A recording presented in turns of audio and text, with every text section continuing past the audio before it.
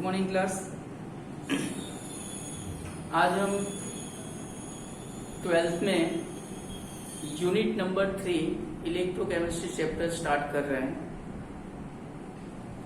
वैसे चैप्टर तो बहुत इजी है, इतना ज़्यादा लोड वाला चैप्टर है नहीं, पर आपको इसमें थोड़ा थियरम है, प्रिंसिपल है और डेरिवेशन ये चैप्टर में बहुत ज़्यादा है। वो डेरिवेशन आपको याद रखना पड़ेगा और ये चैप्टर में मेनली न्यूमेरिकल ज़्यादा है। अगर समझो कि आपका थियरम कंप्लीट है, आपको डेरिवेशन समझ में आ गया, फॉर्मूला आपको याद है, तो फॉर्मूला अप्लाई करके आपको डायरेक्टली न्यूमेरिकल सॉल्व आउट करना है। अलग अलग टाइप के न्यूमेरिकल्स है, पर हम देखते जाएंगे थियरम के साथ साथ। सबसे पहले ये चैप्टर जिसमें इलेक्ट्रो केमिस्ट्री का मतलब जो होता है वो नॉर्मली आपको देखने से पता चल गया होगा कि इलेक्ट्रोकेमिस्ट्री का मतलब क्या होता है।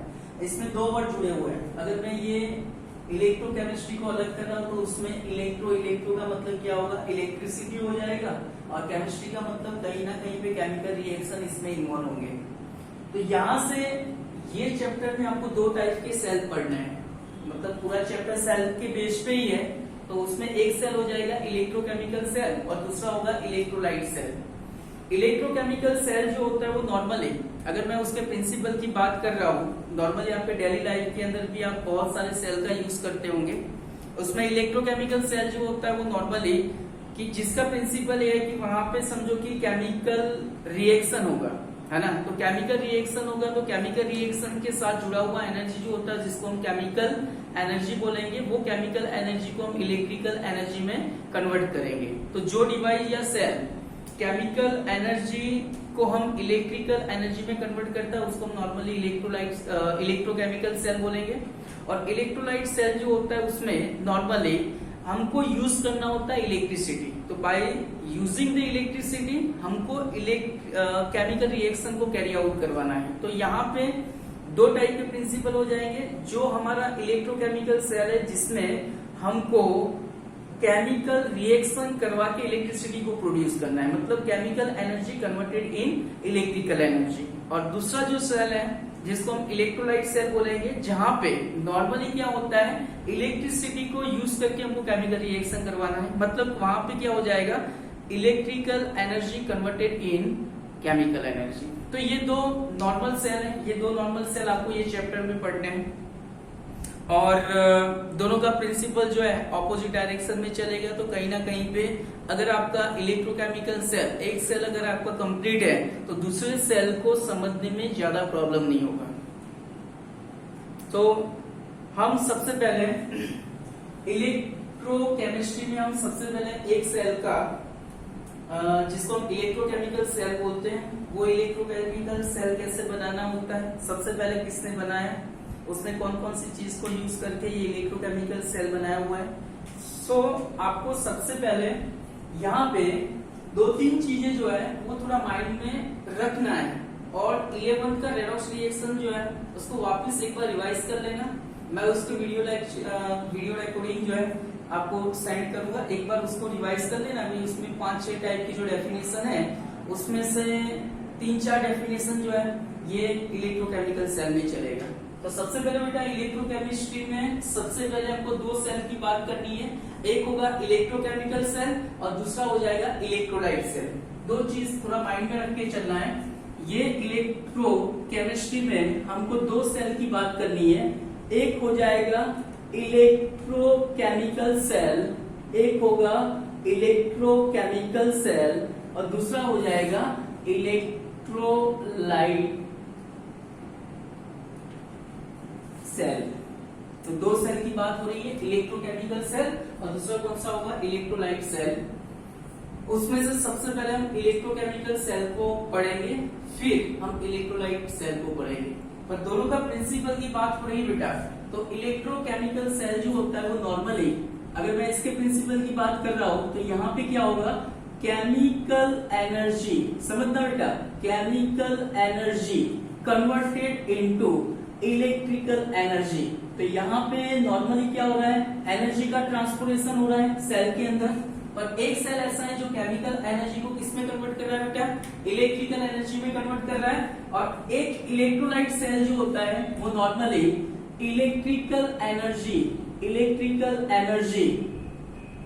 पास आउट करोगे तब जाके आपका केमिकल रिएक्शन होगा। तो electrical energy converted in what, chemical energy, है ना। नॉर्मल चीज है बेटा, चैप्टर में लोड लेने की जरूरत नहीं है, बहुत इजी चैप्टर है। कॉन्सेप्ट समझ लो, प्रिंसिपल समझ लो, क्योंकि ये चैप्टर में नॉर्मली अगर एग्जाम बोर्ड की बात कर रहे हैं तो बोर्ड के अंदर ये चैप्टर में से मैक्सिमम 3-4 थियरी इंपोर्टेंट है पर न्यूमेरिकल ज्यादा रहेंगे। तो इसमें सबसे पहले हमने जो बताया इलेक्ट्रोकेमिस्ट्री में आपको 2 सेल की बात करनी है, एक हो जाएगा इलेक्ट्रोकेमिकल सेल और एक हो जाएगा इलेक्ट्रोलाइट सेल।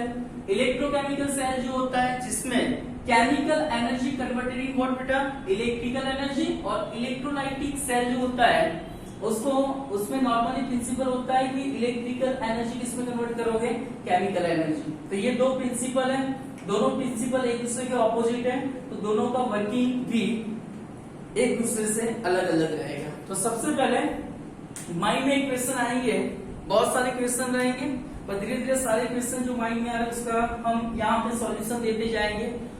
आप बेटा घर पे और लैब में ये सेल बना सकते हो। तो सबसे पहले हम इलेक्ट्रोकेमिकल सेल की बात कर रहे हैं कि भाई वो सेल कैसे बनता है सर, है ना। अगर बनने के बाद उसका वर्किंग कैसा होगा, कब तक ये सेल चलेगा, हम उसको रीजनरेट कर सकते हैं कि नहीं कर सकते, ऐसे बहुत सारे क्वेश्चन होंगे, है ना। तो ये क्वेश्चन हम थियरी थ्रू जो है उसको सॉल्व करेंगे। तो सबसे पहले बेटा हम फर्स्ट सेल की बात करेंगे जो हमारा चैप्टर का फर्स्ट थियरी रहेगा। इंपोर्टेंट थियरी है, एग्जाम में बहुत सारे क्वेश्चन इसके होते हैं, न्यूमेरिकल्स भी इसके अकॉर्डिंग चलेंगे, तो इसको समझना जरूरी है। तो फर्स्ट टॉपिक कौन सा बेटा,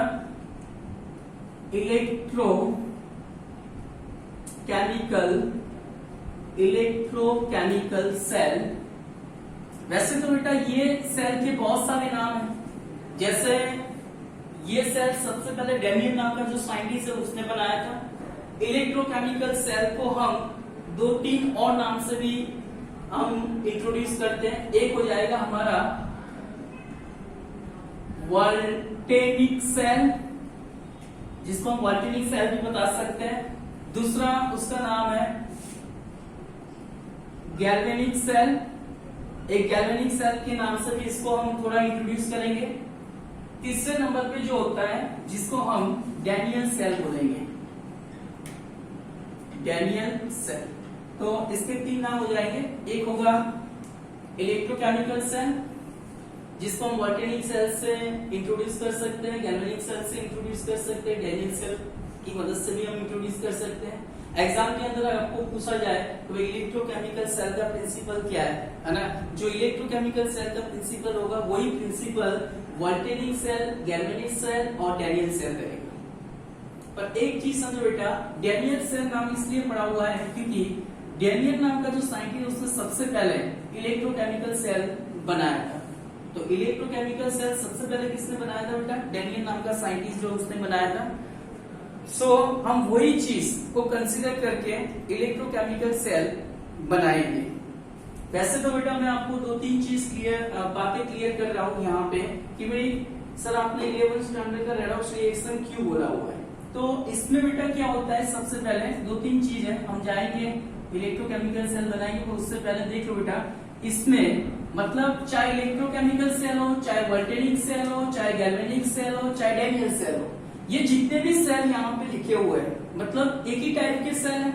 पर नॉर्मली चाहे आपका इलेक्ट्रोकेमिकल सेल हो, चाहे आपका इलेक्ट्रोलाइट सेल हो, ये दोनों सेल के अंदर एक ही प्रिंसिपल चलता है कि इसमें जितने भी रिएक्शन होंगे बेटा, है ना, ये सेल के अंदर जितने भी रिएक्शन होंगे वो रिएक्शन नॉर्मली कौन से रिएक्शन होंगे बेटा, रेडॉक्स रिएक्शन। और जैसे हमने 11th स्टैंडर्ड में बताया था, तो रेडॉक्स रिएक्शन जो होता है वो नॉर्मली एक कंप्लीट रिएक्शन है बेटा। कौन सा रिएक्शन बेटा, कंप्लीट रिएक्शन। और कंप्लीट रिएक्शन का मतलब ये हुआ कहीं ना कहीं पे ये रिएक्शन 2 हाफ रिएक्शन से बने हुए हैं, जो आप चीज जानते हो। तो रेडॉक्स रिएक्शन एक कंप्लीट रिएक्शन हो गया। और जैसे रेडॉक्स रिएक्शन जो होता है उसमें 2 हाफ रिएक्शन इन्वॉल्व होते हैं, एक हाफ रिएक्शन जिसको हम बताएंगे हाफ ऑक्सीडेशन रिएक्शन, और एक दूसरा होता है हाफ रिडक्शन रिएक्शन। चलो चीजें क्लियर हो गई बेटा। तो ये चैप्टर का सबसे पहला टॉपिक जो है, पहला सेल जो है, वो सेल कौन सा बेटा? इलेक्ट्रोकेमिकल सेल है। इलेक्ट्रोकेमिकल सेल को 3 और नाम से भी इंट्रोड्यूस होता है। एक हो जाएगा आपका वोल्टेनिक सेल, एक हो जाएगा गैल्वेनिक सेल, और एक होगा डेनियल सेल। डेनियल सेल नाम कहां से पड़ा हुआ है? क्योंकि सबसे पहले जो इलेक्ट्रोकेमिकल सेल बनाया था वो सेल सबसे पहले किसने बनाया था बेटा? डेनियल नाम के साइंटिस्ट ने। और वही चीज को हम इंट्रोड्यूस करेंगे ये सेल बनाने के लिए। मतलब ये साइंटिस्ट ने जो जो चीज का यूज करके सेल बनाया होगा वही चीज हम वापिस ये सेल को समझने के लिए यूज करेंगे। तो सबसे पहले चीजें समझ में आ गई। ओके, दूसरी चीज बेटा ये है कि इलेक्ट्रोकेमिकल सेल में रेडॉक्स रिएक्शन हो रहा है, और रेडॉक्स रिएक्शन बेटा एक कंप्लीट रिएक्शन है जो 2 हाफ रिएक्शन में से बना होगा। तो कहीं ना कहीं पे ये सेल को समझने के लिए आपको हाफ ऑक्सीडेशन रिएक्शन को इंट्रोड्यूस करना आना चाहिए। रिडक्शन कैसे होता है वो चीज को समझाना आना चाहिए, समझ में आपको भी आना चाहिए। अगर ये चीज अगर आपके माइंड में नहीं है तो आपको 11th स्टैंडर्ड का रेडॉक्स चैप्टर जो है उसके 6 अलग अलग टाइप के जो डेफिनेशन है उसको समझना जरूरी है ना। तो ये चीज हो गई।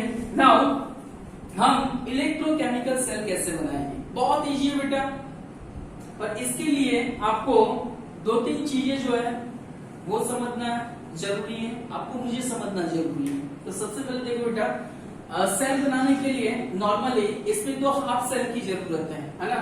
क्योंकि ये सेल तो एक कंप्लीट सेल हो गया, क्योंकि उसमें कंप्लीट रिएक्शन हो रहा है जो 2 हाफ सेल में से बन रहा है। और 2 हाफ सेल कैसे बनाना है तो वो चीज देख लो बेटा। स्टेप नंबर 1, मैं सेल बनाते जा रहा हूँ, और सेल बनाने से पहले मैं ये थियरी को 3 पार्ट में डिवाइड कर रहा हूँ। सबसे पहले हम स्टेप नंबर 1, अभी स्टेप नंबर 1 में मैं एक हाफ सेल बनाने जा रहा हूँ। बेटा समझना, जैसे लैब के अंदर आप गए और लैब के अंदर जा रहे हो, आपको इलेक्ट्रोकेमिकल सेल बनाना है, तो आप क्या करोगे? तो उसमें हम स्टेप नंबर 1 इन्वॉल्व कर रहे हैं। स्टेप नंबर 1 में ये होता है बेटा, आपको लैब में जाना है। लैब में जाके सबसे पहले आपको एक बीकर यूज करना है। तो सबसे पहले मैं एक बीकर ले रहा हूँ। ये बीकर जो है बेटा वो नॉर्मली जैसे लैब में आपने अलग अलग 100 ml का, 200 ml का, 500 ml का, है ना। तो जिस साइज का और जितना बड़ा आपको सेल बनाना है उस हिसाब से आपको बीकर कंसीडर करना है। तो सबसे पहले आप एक बीकर ले लो, है ना। तो हाफ सेल बनाने के लिए हम एक बीकर यूज किया हुआ है। ये बीकर के अंदर बेटा सबसे पहले आपको एक इलेक्ट्रोड पुट करना है। अभी सर ये इलेक्ट्रोड का मतलब क्या होता है? तो इलेक्ट्रोड हमारे पास 2 तरह के होते हैं बेटा, एक एनोड इलेक्ट्रोड होता है, एक कैथोड इलेक्ट्रोड रहेगा। तो सबसे पहले बेटा आपको क्या करना है, एक बीकर ले लेना है। ये बीकर के अंदर आपको सबसे पहले इलेक्ट्रोलाइट सॉल्यूशन इसमें फिल करना है ना। क्या फिल करोगे बेटा? Electrolyte solution. इलेक्ट्रोलाइट सॉल्यूशन आपको उस तरह से फिल करना है जिस तरह का आपका इलेक्ट्रोड हो। मतलब एक बीकर ले लिया, ये बीकर के अंदर आपको मान लो मैं इसमें जिंक इलेक्ट्रोड को डीप कर रहा हूं। कौन सा इलेक्ट्रोड बेटा? जिंक इलेक्ट्रोड, है ना। तो ये मान लो आपका एक जिंक इलेक्ट्रोड हो गया। अभी इसमें बेटा सर आपने जिंक क्यों लिया? क्योंकि हम डेनियल सेल को एक्सप्लेन कर रहे हैं, और डेनियल सेल ने जो इलेक्ट्रोकेमिकल सेल बनाया था उसमें जिंक एंड कॉपर, है ना, 2 इलेक्ट्रोड का यूज किया था। तो इसमें बेटा हम क्या करेंगे, ये वाला जो इलेक्ट्रोड है, ये इलेक्ट्रोड हमारा कौन सा हो गया बेटा? जिंक इलेक्ट्रोड, जिसको हम क्या लिखेंगे? Zinc solid. अच्छा चलो, ये इलेक्ट्रोड को हमने ये बीकर के अंदर जो सॉल्यूशन फिल किया हुआ है उसमें डिप किया। अभी सर इसमें हम कौन सा सॉल्यूशन लेंगे? तो माइंड में एक चीज फिक्स कर लो, जिस तरह का इलेक्ट्रोड है वैसा इलेक्ट्रोलाइट सॉल्यूशन आपको चाहिए।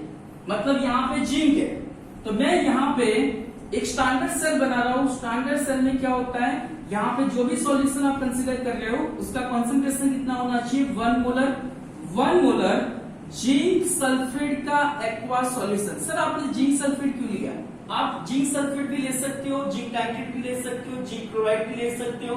नेगेटिव से हमको कुछ लेना देना नहीं है, हमको सिर्फ पॉजिटिव चार्ज से लेना देना होता है। मेरा कहने का मतलब क्या है, अगर आपका जिंक का इलेक्ट्रोड है, ये मेटल स्ट्रिप किसका है बेटा? जिंक का है। तो जिंक का मेटल स्ट्रिप है, उसको कहां पर डीप कर रहे हो? Electrolyte solution. मतलब क्या होगा, जिस तरह का मेटल है वैसा मेटल आयन इसमें होना चाहिए। तो मैंने क्या कर लिया बेटा, ये जिंक इलेक्ट्रोड है उसको मैंने डीप किया जिंक सल्फेट के एक्वा सॉल्यूशन में। इसका मतलब ये हुआ, ये चीज को मैं 1 मोलर Zn+2 का एक्वा सॉल्यूशन भी बता सकता हूं। या तो आप जिंक सल्फेट लिखो या तो Zn+2 लिखो। अभी Zn+2 का मतलब वो जिंक क्लोराइड भी हो सकता है, जिंक नाइट्रेट भी हो सकता है, कुछ भी हो सकता है। तो आपको बेटा क्या करना है, पहले एक बीकर ले लिया, वो बीकर में इलेक्ट्रोलाइट सॉल्यूशन हमने कौन सा फिल किया हुआ है, 1 मोलर जिंक सल्फेट का एक्वा सॉल्यूशन हमने बना के इसमें फिल कर दिया और फिर उसमें एक मेटल स्ट्रिप को आपको डीप करना है। ये मेटल स्ट्रिप को हम इलेक्ट्रोड बोलेंगे। अभी हमारा इलेक्ट्रोड एनोड है कि कैथोड वो हमने डिसाइड नहीं किया हुआ है। हमारा एक हाफ सेल हो गया, मतलब कोई भी सेल, मतलब कोई भी हाफ सेल बनाने के लिए दो चीज की जरूरत है। एक हो गया हमारा मेटल स्ट्रिप जिसको हम इलेक्ट्रोड बताएंगे, और ये हो गया हमारा एक्वा सॉल्यूशन जिसको हम बोलेंगे इलेक्ट्रोलाइट सॉल्यूशन। तो दो चीज की जरूरत है, इलेक्ट्रोलाइट सॉल्यूशन और इलेक्ट्रोड। ये इलेक्ट्रोड को इस तरह से बेटा बीकर में डीप करना है ताकि वो बीकर के बॉटम साइड में टच नहीं होना चाहिए। आधा जो है वो इलेक्ट्रोलाइट सॉल्यूशन के अंदर डीप होना चाहिए और आधा इलेक्ट्रोड कहां पे होना चाहिए, ये सॉल्यूशन से बाहर। तो ये हमारा एक हाफ सेल हो गया। ये हाफ सेल आपको लैब के अंदर बनाना है। अगर मान लो कि आपने हाफ सेल, ये हमारा हाफ सेल हो गया, इसको हम नॉर्मली, अगर मुझे इक्वेशन फॉर्म में इसको इंट्रोड्यूस करना है, अभी क्योंकि मैंने इसको एनोड या तो कैथोड बोला नहीं, ये एनोड कैथोड कब बनेगा, जब उसके पास में दूसरा हाफ सेल आएगा। अभी मैंने एक ही हाफ सेल बनाया हुआ है, तो ये हाफ सेल जिसको मैं नॉर्मली बीकर ए बोल रहा हूं, तो बीकर ए डैनियल सेल के अंदर किस तरह से डिनोटेट करोगे, तो बीकर ए को मैं डिनोटेट कर रहा हूं बेटा, ये जिंक सॉलिड है। ये क्या है बेटा, जिंक सॉलिड। ये जिंक सॉलिड को हमने किसमें डीप किया हुआ है, जिंक सल्फेट का एक्वा सॉल्यूशन है। और जिंक सल्फेट का एक्वा सॉल्यूशन मतलब मैं नॉर्मली लिख रहा हूं Zn+2 का एक्वा सॉल्यूशन जिसका कॉन्सेंट्रेशन कितना बेटा, 1 मोलर। अभी आपको ये देखना बेटा, ये हवा में तो नहीं लटक रहा है, मतलब ये दोनों एक दूसरे के कांटेक्ट में है। तो जब इलेक्ट्रोड और इलेक्ट्रोलाइट एक दूसरे के कांटेक्ट में होते हैं तब उसको हम सिंगल वर्टिकल लाइन की मदद से डिनोटेट करते हैं। तो बेटा ये सिंगल वर्टिकल लाइन क्या होता है, कांटेक्ट। किसका कांटेक्ट किसके साथ है, तो zinc metal strip contact with Zn+2 aqua solution. तो बेटा ये हमारा हाफ सेल का एक इक्वेशन, एक सिंबॉलिक रिप्रेजेंटेशन हो गया। चलो इतनी चीज क्लियर हो गई, बातें समझ में आई। तो इलेक्ट्रोकेमिकल सेल बनाने के लिए दो हाफ सेल की जरूरत होती है। डैनियल सेल के अंदर एक हाफ सेल जिंक कंसीडर किया हुआ है, तो हमने ये जिंक का हाफ सेल बनाया। चलो अभी मैं स्टेप नंबर 2 में जा रहा हूं, समझना बेटा। ये हमारा हो गया स्टेप नंबर 1 जिसकी मदद से आपने बनाया एक हाफ सेल जो डैनियल ने भी बनाया था। अभी दूसरा हाफ सेल में हम क्या करेंगे बेटा, देखो स्टेप नंबर 2। अभी स्टेप नंबर 2 के अंदर बेटा आपको वापस एक बीकर की जरूरत है क्योंकि हाफ सेल बनाना है। तो मैं स्टेप नंबर 2 में एक और बीकर को यूज कर रहा हूं, समझना बेटा। ये मैंने एक दूसरा बीकर लिया है ना, जिसको मैं बीकर बी बोल रहा हूं, ये बीकर बी हो गया। तो उसमें बेटा देखो क्या हो गया, फर्स्ट बीकर में तो हमने जिंक का सिस्टम सेट किया हुआ है। सेकंड बीकर के अंदर क्योंकि डैनियल सेल में जिंक, तो जिंक का व्यवहार यहाँ पे कंप्लीट हो गया। अभी कॉपर का एक सिस्टम सेट करना है बेटा, तो ये बीकर हमने लिया हुआ है। ये बीकर के अंदर जो इलेक्ट्रोलाइट सॉल्यूशन है बेटा, है ना, तो ये इलेक्ट्रोलाइट सॉल्यूशन कौन सा बेटा, तो 1 मोलर कॉपर सल्फेट का एक्वा सॉल्यूशन हो गया जिसका कॉन्सेंट्रेशन कितना बेटा, 1 मोलर। अभी आपको समझना है बेटा, ये कॉपर सल्फेट का जो सॉल्यूशन है उसमें हमको एक दूसरा मेटल स्ट्रिप को डीप करना है। और मैंने आपको सिखाया बेटा, जिस तरह का इलेक्ट्रोलाइट सॉल्यूशन है वैसा मेटल स्ट्रिप इसमें डीप करना है। इसमें बेटा किसका सॉल्यूशन लिया हुआ है, कॉपर सल्फेट का, तो इसमें मेटल स्ट्रिप कौन सा होगा बेटा, कॉपर का। कौन सा होगा बेटा, कॉपर का। तो ये हो गया हमारा कॉपर सॉलिड। क्या बेटा, कॉपर सॉलिड। देखो बेटा हमने एक दूसरा हाफ सेल बना दिया, जो सिस्टम यहाँ पे पड़ा वही सिस्टम वहीं पे है। ये एक हमारा हाफ सेल हो गया। हाफ सेल मतलब बनाने के लिए दो चीज की जरूरत है, एक मेटल स्ट्रिप है जिसको हम इलेक्ट्रोड बताएंगे, ये कॉपर का इलेक्ट्रोड हो गया जिसको हमने डीप किया हुआ है 1 मोलर कॉपर सल्फेट का एक्वा सॉल्यूशन, जिसको हम ऐसे भी लिख सकते हैं कॉपर +2 का एक्वा सॉल्यूशन। चलो बेटा दो चीज हो गई। अभी ये चीज को जैसे मैंने जिंक का इक्वेशन रिप्रेजेंटेशन दिया बेटा, वैसे ये सेल का भी हम रिप्रेजेंटेशन कर सकते हैं, नॉर्मल रिप्रेजेंटेशन, क्योंकि हमने इसको एनोड भी नहीं बोला हुआ है, अभी हमने इसको कैथोड भी नहीं बोला हुआ है ना। तो इसमें क्या होगा बेटा, ये कॉपर मेटल स्ट्रिप जो है, ये कॉपर मेटल स्ट्रिप जो है वो किसके कांटेक्ट में, कांटेक्ट को डिनोटेट करने के लिए सिंगल वर्टिकल लाइन का यूज करोगे, किसके कांटेक्ट में बेटा, तो एक्वा सॉल्यूशन, कौन सा एक्वा सॉल्यूशन है, तो कॉपर +2 का एक्वा सॉल्यूशन जिसका कॉन्सेंट्रेशन कितना बेटा 1 मोलर। तो बेटा ये दूसरा हाफ सेल हो गया है ना। तो ये सिंबॉलिक रिप्रेजेंटेशन हो गया हाफ सेल का। मतलब जब एनोड कैथोड डिफाइन नहीं हो रहा है तो आपको सिर्फ बताना है ये जी का मेटल स्ट्रिप है, किसके कांटेक्ट में बेटा, Zn+2 के एक्वा सॉल्यूशन, एक हमारा हाफ सेल हो गया। ये दूसरा हाफ सेल है जिसमें कॉपर सॉलिड, वो किसके कांटेक्ट में बेटा, कॉपर सल्फेट का एक्वा सॉल्यूशन है, और सिंगल वर्टिकल लाइन क्या डिनोमिनेट कर रहा है बेटा, कांटेक्ट। तो हमने इस तरह से दो हाफ सेल जो है वो बना लिए। अभी सर हम ये हाफ सेल का क्या करेंगे, अभी इसमें एनोड कौन सा है, कैथोड कौन सा है, तो ये सारी चीज मैं आपको क्लियर कर रहा हूँ, इसका वर्किंग में बता रहा हूँ। तो सबसे पहले आपको इलेक्ट्रोकेमिकल सेल बनाने के लिए दो हाफ सेल की जरूरत है बेटा। एक हाफ सेल हमारा जिंक का रहेगा, दूसरा हाफ सेल जो है वो कॉपर का रहेगा। जिंक का हाफ सेल बनाने के लिए हमने जिंक का मेटल स्ट्रिप यूज किया हुआ जिसको हमने डीप किया हुआ है, और वो डीपिंग वाला जो सॉल्यूशन है वो कौन सा है, Zn+2 का एक्वा सॉल्यूशन। तो इस तरह से हमारा एक हाफ सेल बन गया। दूसरा हाफ सेल है जिसमें हमने कॉपर स्ट्रिप का यूज किया हुआ है, और ये कॉपर स्ट्रिप जो है उसको हमने डीप किया हुआ 1 मोलर कॉपर+2 का एक्वा सॉल्यूशन के अंदर, है ना। तो ये हमारा दूसरा हाफ सेल हो गया। अभी चीजें समझना बेटा, जब भी ये मेटल स्ट्रिप को इसमें डीप करो ना, दोनों सॉल्यूशन, जैसे ये जिंक का मेटल स्ट्रिप इसमें डीप किया, ये कॉपर का मेटल स्ट्रिप इसमें डीप किया, जब डीप कर रहे हो तो पहले उसका वेट निकाल दो कि भाई ये कितना केजी का या कितने ग्राम का है। मान लो कि 1 केजी का ये है, तो यहाँ पे भी 1 केजी का कॉपर स्ट्रिप को डीप कर लेना है। बट जो भी केजी का या जो भी ग्राम का ले रहे हो, है ना, तो पहले इसको वे आउट कर लो, ताकि प्रोसीजर के बाद आपको समझ में आए कि किसका वेट कम हुआ, किसका वेट बढ़ा। चलो इतना चीज क्लियर हो गया। अभी मैं ये चीज को थोड़ा निकाल रहा हूँ बेटा, पर चीजें समझो बेटा, ना ये एनोड है ना ये कैथोड है, हमने सिर्फ यहाँ पे दो चीज क्लियर की हुई है। ये मेटल स्ट्रिप जो है वो Zn+2 के एक्वा सॉल्यूशन के कांटेक्ट में सिंगल वर्टिकल लाइन क्या डिनोटेट कर रहा है बेटा, सिर्फ और सिर्फ कांटेक्ट, है ना। और ये कॉपर सॉलिड जो है वो कॉपर+2 का एक्वा सॉल्यूशन है उसके कांटेक्ट में। तो बेटा इतना हो जाएगा, ये बीकर एक ही बात हो गई, और ये वाली चीज जो है उसको हम बीकर बी बोलेंगे। चलो बेटा डैनियल ने भी वही काम किया हुआ है जो काम हमने किया अभी। डैनियल ने भी उस टाइम पे दो हाफ सेल बनाए, पर डैनियल को भी पता नहीं था कि इसमें एनोड कौन सा है और इसमें कैथोड कौन सा है, किसका ऑक्सीडेशन होगा किसका रिडक्शन होगा। तो चीजें समझो बेटा, हमने दो हाफ सेल बना दिए, अभी ये दोनों हाफ सेल को आउटसाइड से दोनों इलेक्ट्रोड को कनेक्टेड करना है। मतलब क्या बेटा, ये बीकर ए जो है, तो बीकर ए में जो जिंक का मेटल स्ट्रिप है, वो मेटल स्ट्रिप मतलब जिंक का इलेक्ट्रोड जो है उसको कनेक्टेड करना है कॉपर इलेक्ट्रोड के साथ, है ना। तो यहाँ पे क्या होगा बेटा, मैं नॉर्मली एक कॉपर वायर ले रहा हूँ, ये कॉपर वायर को ये इलेक्ट्रोड से मैंने जिंक वाला जो इलेक्ट्रोड है उससे कॉपर वाले इलेक्ट्रोड को कनेक्टेड कर लिया, है ना। देखो बेटा आउटसाइड से ये सर्किट कनेक्टेड हो गई, है ना। तो ये कौन सा स्ट्रिप है बेटा, ये इलेक्ट्रोड कौन सा हो गया, जिंक। जिंक इलेक्ट्रोड को मैं कॉपर इलेक्ट्रोड के साथ क्या कर रहा हूँ बेटा, ज्वाइंट कर रहा हूँ, कनेक्टेड कर रहा हूँ by use of copper wire.